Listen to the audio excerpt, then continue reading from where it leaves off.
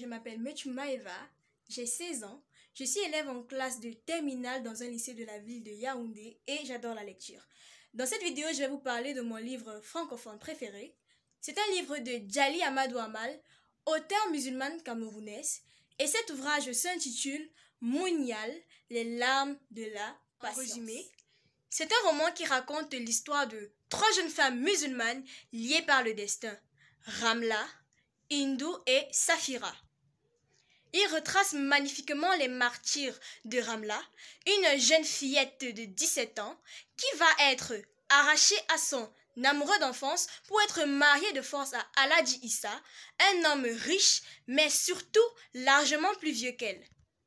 Hindou, sa sœur de même âge, est contrainte à épouser son cousin Mourabak, un jeune homme alcoolique, drogué et surtout très violent.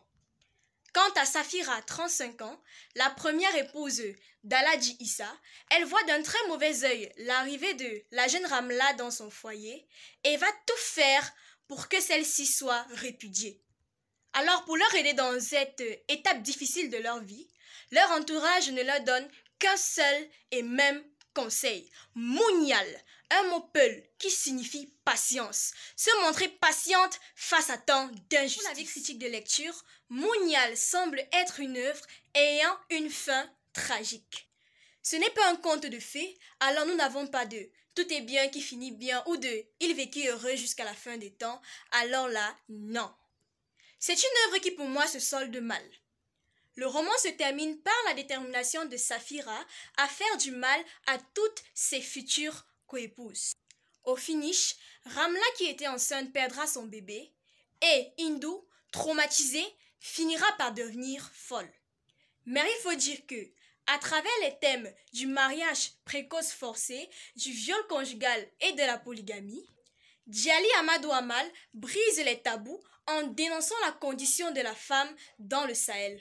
Et elle nous livre un roman poignant, une intrigue palpitante sur la question universelle des violences faites aux femmes et des conditions inhumaines auxquelles ces femmes et tant d'autres à travers elles sont assujetties à travers le monde sans pitié. Alors pour terminer, je vais vous lire l'un de mes textes préférés de l'œuvre en question.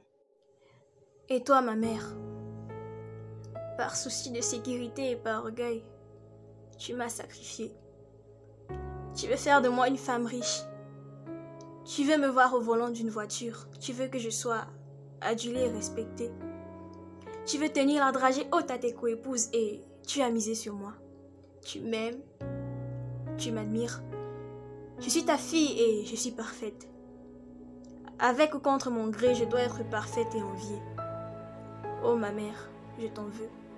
Tu m'aimes certes, mais tu m'as mal aimée. Tu n'as pas su me comprendre ni me défendre. Tu n'as pas entendu mon cri de détresse. Tu m'as jeté en pâture, mais tu restes ma mère. La personne que j'aime le plus au monde. Oh ma mère. Je culpabilise d'être celle qui te fait de la peine. J'ai toujours essayé d'être celle que tu voulais que je sois, mais jamais je n'ai réussi. Je devais être la meilleure, la plus intelligente, la plus jolie.